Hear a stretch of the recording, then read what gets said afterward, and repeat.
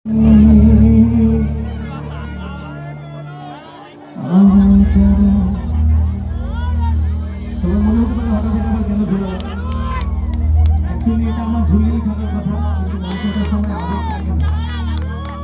চোটে তখন হাত পা ছুটতে দেখি এখন আমার ব্যথা হচ্ছে।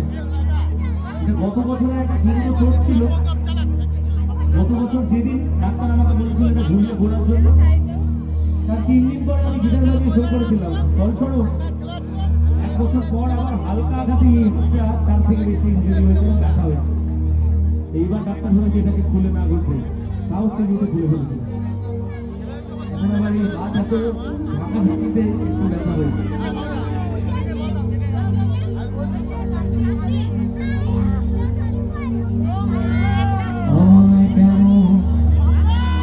বুঝলি না রে তুই